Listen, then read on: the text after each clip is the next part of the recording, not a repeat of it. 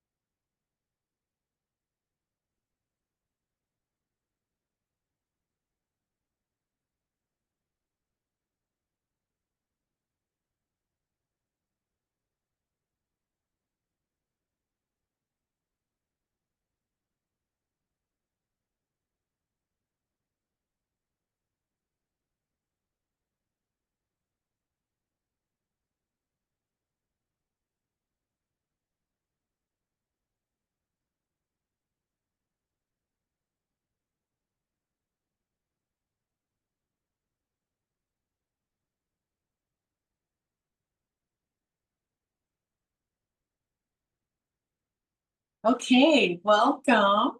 I'm going to try and get started here. Just a few minutes.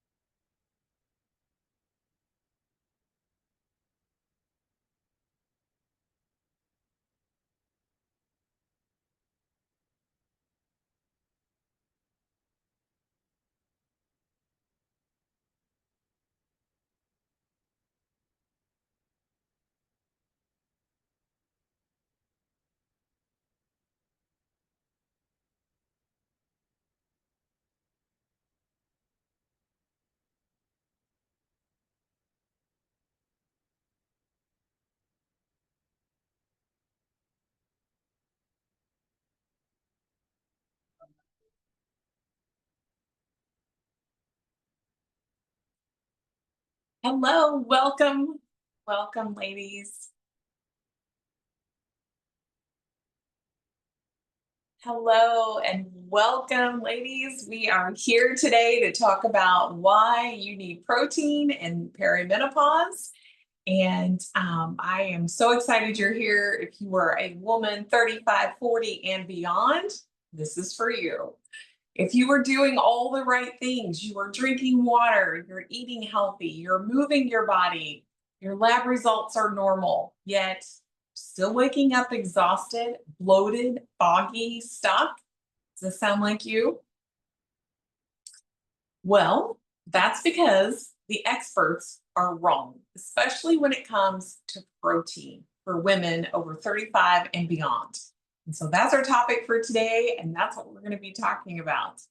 We haven't met yet. My name is April Raynard. I'm a certified holistic health coach and Christian life coach, and I own Drops of Health Wellness Center. And this is my 13th year helping women work through these years, these symptoms that they keep having show up in their life, especially in this age. And so I am so glad you're here. I love helping women, and I hope that you will learn something today that you can take with you and keep you feeling better. So I have hundreds and hundreds of success stories and testimonials that I'll share just a few here, but I had a lady who her blood sugar was over 300 when she would eat something, and her meals, and she was pre-diabetic, heading into full-blown type 2 diabetes. And she joined my program, and we have worked exclusively for the last 30 or 60 days or so, really working towards balancing that blood sugar for her. And she's now able to eat, and it's staying around 105, maybe up just a slightly from there, but so much better, so much more into range. She is sleeping through the night now, 8 to 9 hours sometimes. And so that is huge. Those are huge wins. And another lady was telling me her brain fog is gone. She's like, I feel like a new woman. I can actually work and think and do all the tasks that she was struggling with before. So that's really exciting to get her life back. And I had another lady who done a trauma session with me. A lot of times we carry these things that happen in our life, and they're going to happen. We're going to have things go on. And so she did a session with me, and she said, I felt so much lighter afterwards. Um, she's telling everyone about it. She just felt so much better. And she said, all women need to know that this is available to them. So if you are struggling with, symptoms or, even just life in general, reach out to me, because there are things that we can do, whether it's balancing blood sugar, getting you to sleep, getting the brain fog, the weight gain, whatever you're struggling with, let's talk about it, because stress is a huge thing. And so that's why the trauma work comes in, because stress can, keep our cortisol levels up, which help us to gain weight in our midsection, which we don't want. And so there's lots of things we can do for you to help. So are you next? Are you the next one to get relief? This can happen for you. So stick with me till the end. I'm going to teach you today about protein, and we are going to just help you, just this little tip will change your world. And so start today if you can. All right. So around age 35 to 40, somewhere around in there, women's bodies begin experiencing several biological changes that directly relate to protein needs. So first, there's the natural process that we kind of experience in the season of life, which is muscle loss. And so if you've noticed, like, I'm not as toned as I was, I can't seem to increase my muscle like I was, um, there's a reason for that. And so as we, get closer to 40, so, late 30s, we begin to notice these things. As you hit 40 and beyond, this process just accelerates, and it begins to, you know, get to the point where you're like, whoa, I notice a big difference. Okay. But this loss isn't only just about physical strength. It impacts everything from metabolism to bone health to insulin sensitivity, which is why we see weight gain, which is why we see blood sugar start going crazy. There are things that we can do to fix these. All right, hormonal changes. They also play a crucial role in your overall health, right? And so as estrogen levels start to fluctuate and eventually decline in this season of life, women become more susceptible to muscle loss and fat gain. And so this hormonal shift actually affects how efficiently the body processes and utilizes protein, making it necessary to increase your intake just to maintain the muscle mass that you had before. So if you are over 40 and you've decided, okay, I'm going to hit the gym, I'm going to start building muscle, I want to be more defined, not necessarily bodybuilding, but you just want to be more defined. So it's going to take some adjustments on your nutrition. It's going to take, your hydration levels, which we're going to talk about in a few minutes, but it's going to take a lot of work to focus on specific things to make a difference for you in this season of life. And so digestive enzymes are another huge factor that we need to consider for you so you can digest the protein well, right? Okay, so let's go to the next one here. All right, so physical symptoms. So we're going to take a look at signs of low protein intake. So if you are checking out this list here and you're like, ooh, that sounds like me, That sounds like me. I definitely have that. These are some of the physical symptoms that we see for women over 38, 35, on into their 40s, 50s, 60s, and on into menopause even. They will have these symptoms if their protein intake is too low. And so, you know, a lot of times they will go to the doctor. They will, um, maybe you're thinning hair loss, you're taking biotin, all these other things, and you're like, something's not working here, right? Still having the same symptom. You still have low energy. The brain fog is still there. Like I'm still having decreased strength. What's going on here? Let's check out protein. Okay. Some internal symptoms that might be going on. Now, these things you might not realize that they're happening. Metabolic signs start showing up, which are like blood sugar instability, frequent hunger, sugar cravings, or temperature regulations. Are you having hot flashes, night sweats, right? Um, slow metabolism. All of a sudden, you start gaining weight and nothing has changed. Your pants just suddenly don't fit anymore. Everything's shifting, right? Digestive issues. All of a sudden, you start noticing like this bloating and uncomfortableness that's going on, irregular bowel movements, and just all of these internal things that start showing up could be a sign of protein insufficiency. You need to increase your protein. All right, so let's talk about the mental and emotional signs that show up. Cognitive function, brain fog, poor concentration, memory issues, mood swings, and irritability. This is a biggie. I see a lot with women in this season of life. And perimenopause can last 4 to 12 years. So it can be a long time for some people. And for me, I was one of those that was 12 years. And so it's miserable if we can't do the things that we know help these symptoms and help you feel better faster. And so protein is definitely one of those. All right, so let's talk about protein. Let's talk about healthy sources of protein also. So it's very important that we are paying attention to quality. So we have the wild caught fish. You do not want farm raised fish. And I've put actually the measurements here. Obviously, it's going to fluctuate some, but pretty much if you could get 3 ounces of salmon, you're going to have about 22 grams of protein. And so I've listed a few more choices here for you. Quality meats. We're looking at grass-fed, grass-finished beef, free-range chicken. Actually, we like to see pasture-raised chicken and turkey both. Eggs, the same way, pasture-raised. That's what you're looking for. Organic Greek yogurt. Now, the dairy part of this, some women can't do dairy or they need to avoid dairy until we get the gut healed.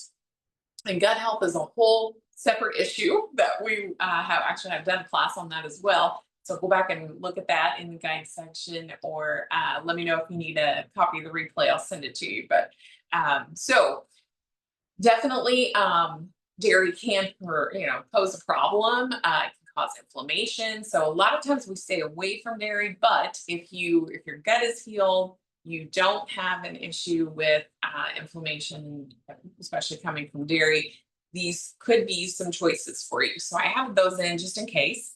But again, most people need to avoid dairy. But all right, so while quantity is important, right? So the amount of grams that we're getting every meal, every day are important. It's more about the quality. The quality becomes increasingly crucial over 40. And the reason is your body needs a complete array of amino acids, which plays a key role in the muscle maintenance and growth. And so animal protein typically will provide all of those essential amino acids that you need in optimal ratios, which is incredible. We don't even have to think about it. We just know we're getting enough. But the quality of the meat matters. If you're buying commercially grown, even in fruits and vegetables, but commercially grown meats where, they're not grass fed or grass finished, and you're fish is farm raised and your eggs are coming from commercial buildings and not the pasture raised. There's all sorts of quality that we need to look at. And so what I want to see you doing and what I see the best results with are with grass fed, grass finished. So it's not anymore, it's not just okay to have grass fed. We also need grass finished, because what happens is a lot of times your farmers will feed them grain at the end. The whole time they've been raised, they've been grass fed. But then at the end, they're going to finish them off with grains. And so that is not what we want.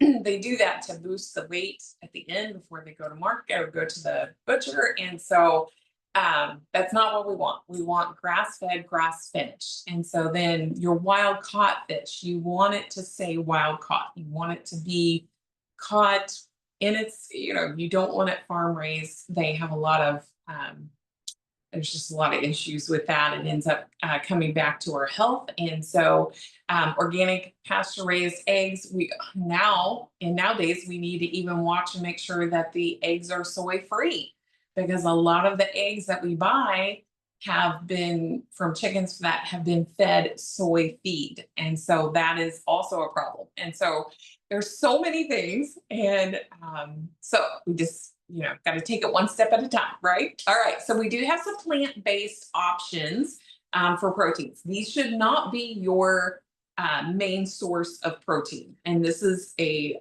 personal practitioner opinion of mine, because I see so much better results if we can get the animal protein in there as well. And so that the animal protein needs to be your primary, so your first one, and then your second one that you can add in can be your plant-based proteins, which will help bump your protein intake. So that's kind of supplementary is what I like to think about with the plant proteins. So there's some choices there with those. Again, like the nuts and seeds, we just need to watch and make sure that it's a good fit for you as far as your gut health. And that's where working with me, we go through those things. Quinoa is definitely another plant protein that can help boost your meals. But again, so some people need to stay away from the seeds and grains and things like that. So we'll definitely talk about that. So all right, some quality protein supplements. So I get asked a lot about protein powders. And so I put some choices on here. Probably not, the best choices. We want to be getting our protein from quality food, right? From our meat and our our meals, not replacing them with protein powders. But protein powders can help you supplement that protein level. So that's definitely an option, to kind of help boost that, but it should not be replacing your meals totally all the time. If you are on the go and you need something, that's good. But it's just not my personal opinion that it should be, replacing total meals and relying totally on protein powders. They can be great supplements and help you. But collagen, everybody should be getting every day, which is good. All right, so let's talk about the timing of protein consumption and what it's called. It's called protein pacing. And so the timing of your protein becomes even more critical over 40, rather than consuming the majority of your protein at dinner, which a lot of us have done over the years. It's just a simple thing to do. Usually dinners are a bigger meal, right? In America anyways. So we need to rethink how we're doing this. And we want to spread our protein out over the course of the day. And why we do that is because that helps with the, this approach is called protein pacing. And what it does is it just maintains a steady supply of those amino acids for muscle and maintenance and repair and all the things that we need to be using and utilizing amino acids for. It kind of spreads them out throughout the day. And we find great success with that, especially for women over 40 who are in this perimenopause, menopause phase. And so, yeah, so definitely timing matters. So, starting your day with a protein rich breakfast, it sets the tone for stable energy and appetite control. This is one of the first things that I do with patients when I start working with someone, um, is we correct the breakfast. And they always, almost always will notice very quickly a change, a shift in their energy. And they notice that they're less hungry the rest of the day, they're more satisfied. And that is huge, especially when they're trying to control weight and, estrogen and all of the hormones that affect metabolism and thyroid health and thyroid hormones and things like that. So it's just great to start your day out that way. And I always have a healthy fat with that as well. So, avocado, olive oil, whatever you like as your healthy fat. Make sure you're getting some of that in as well, and that will help keep you fuller longer. If you're exercising in the morning, we're going to talk about this in just a moment.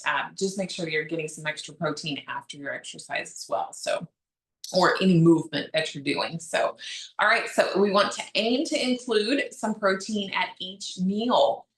With a particular focus on the post exercise window when your muscles are most receptive and um, ready to use the protein and the amino acids and all the good things that come from that to start the repair and rebuilding process from your movement that you got in. So, whenever you do that during the day, let's do that. So, let's talk about next calculating your protein needs. So, basic calculations. These are just um, the standards. Okay, sedentary lifestyle to athletic. Pay attention to where you fall in this category. So this would be your base, and this would be more likely your base for a woman before she turns 35. Okay, so 35, 38 on, we need to be adding to that and thinking about that a little bit. So let's look at the next slide here because this is where your special circumstances will come in. So, depending on which one of these you fall in, you're going to adjust that basic calculation. So, if you were over 40, you are going to add 20% of protein intake to that basic calculation. And if you need help with this, reach out to me because I do this all the time and I will help you figure out how much you need, when you should be taking it or eating it, and all those things. So don't get overwhelmed. I'm just giving you this information. If you are a go-getter and you like to do things yourself, you'll have this information. Okay. So if you're over 40, add 20% to that basic calculation. Wherever you fall in your activity level,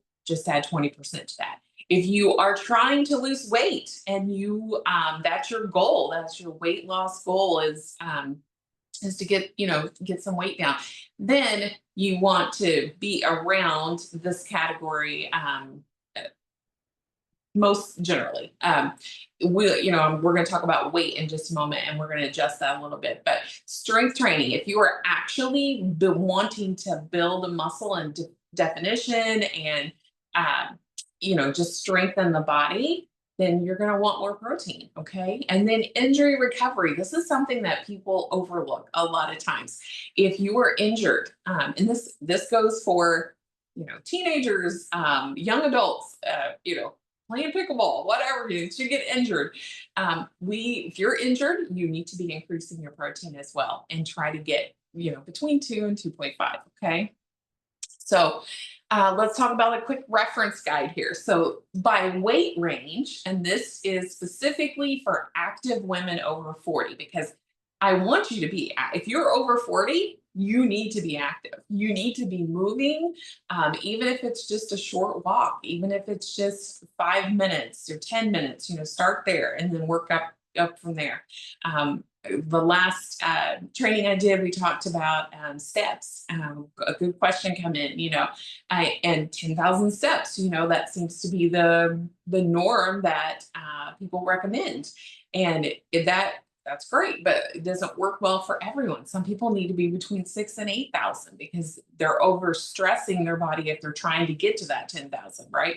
And so not everybody is in the same place. We're all different, and that's why we have these adjustments. Okay. So weight range, see where you fall at on this. And this kind of tells you how many grams, kind of the range that you want to stay between each day.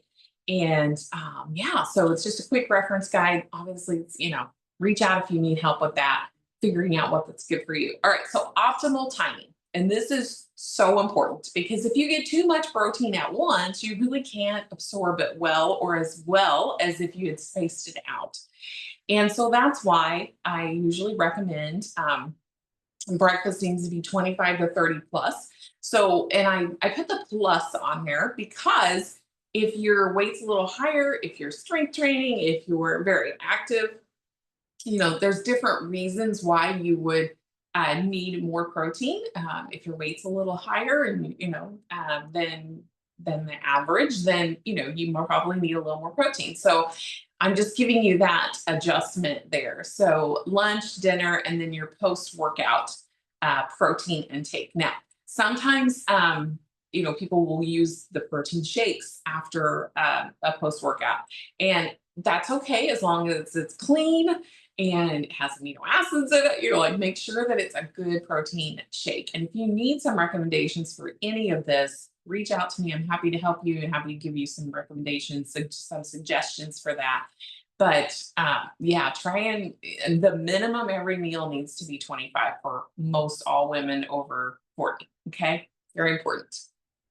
All right, so basic tips for meeting those needs. So this protein distribution that we've been talking about, so spreading it out over the day, we want to aim for that. And we just talked about that 25 to 30 milligrams per meal plus, and then space the intake out 3 to 4 hours apart. Not only is that keeping it kind of consistently in your system so your body can utilize it really well, especially as we age, but also it helps not to put strain on your body. And so in the group, in my Facebook group this week, we had a question come up about kidneys, and obviously if you have a kidney issue, that's something we need to talk about with your doctor when you're wanting to increase protein intake. But for most women, this works fine. If you have the vitamins, minerals on board, you have the hydration level you need, you are spacing it out, you are taking in the protein based on your needs, usually we have no issues at all. And I've been doing this 13 years and have had no one come back with any issues with their kidneys after, following this plan. So consuming protein 30 minutes post-exercise, this is huge. This is so important because you're using those muscles and we want to be restoring and rebuilding and repairing those. So make sure you're getting protein after that.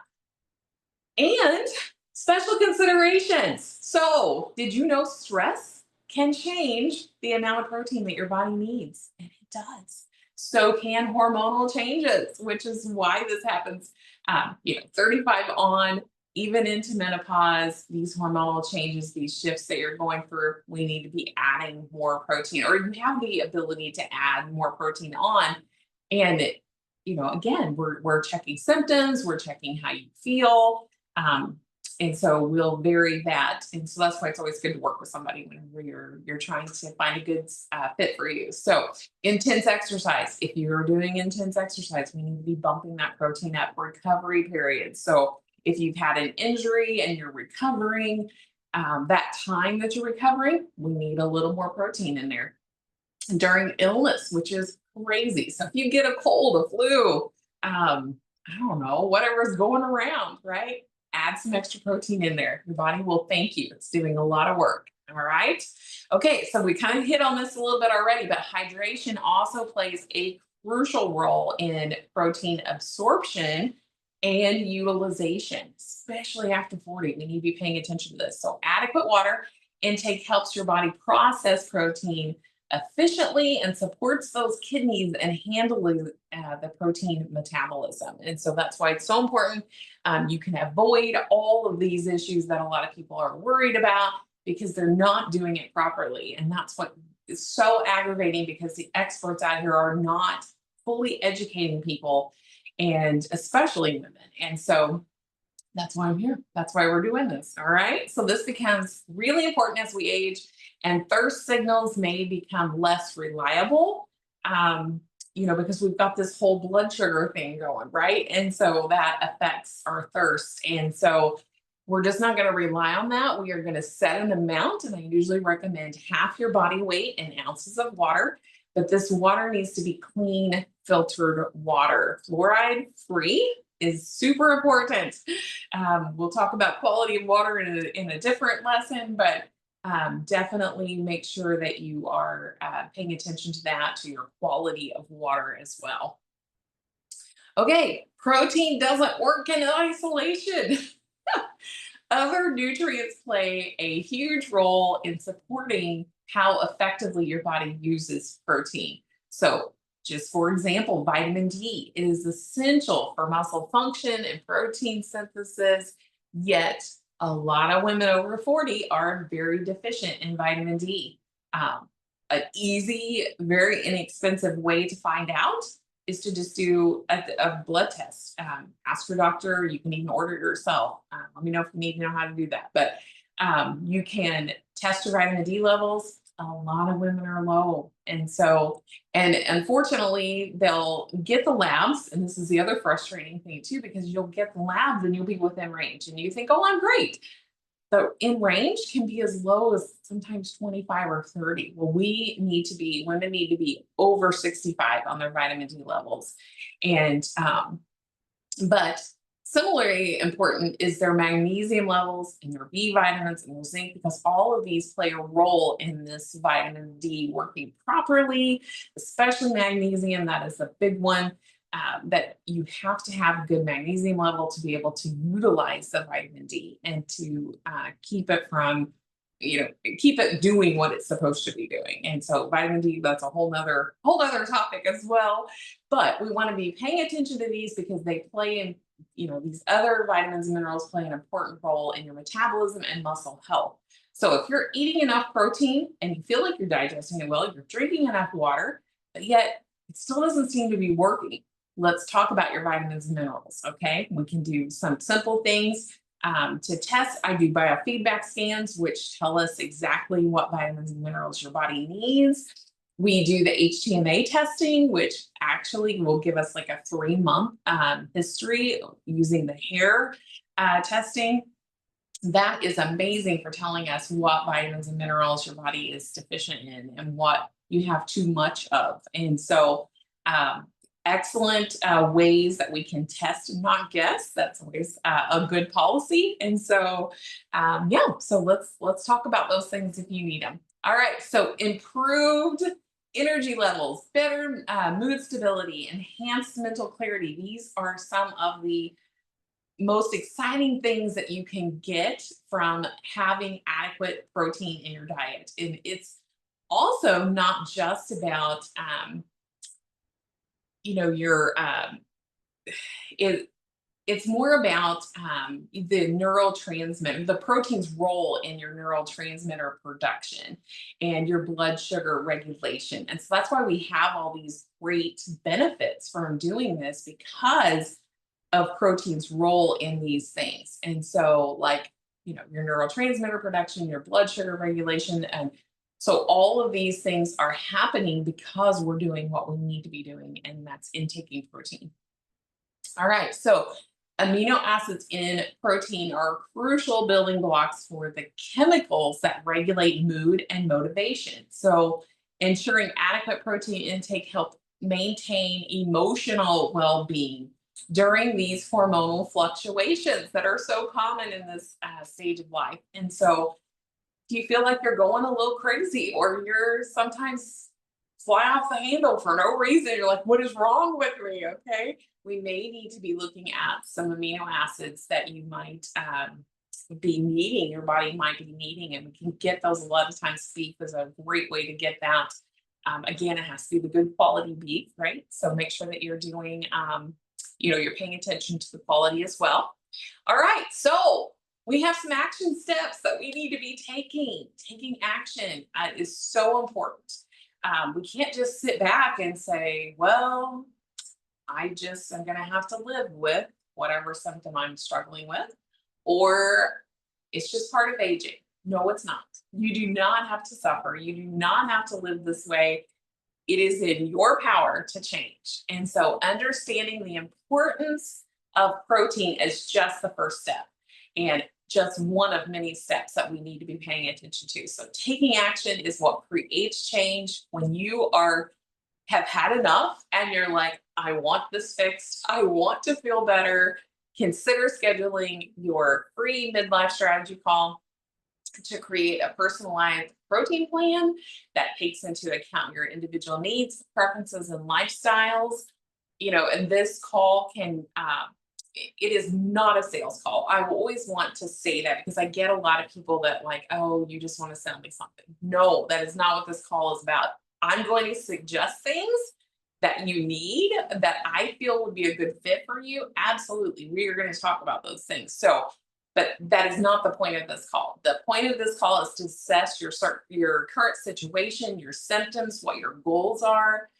We're going to identify potential gaps in what you're doing that possibly you could tweak just a little bit and have huge success with.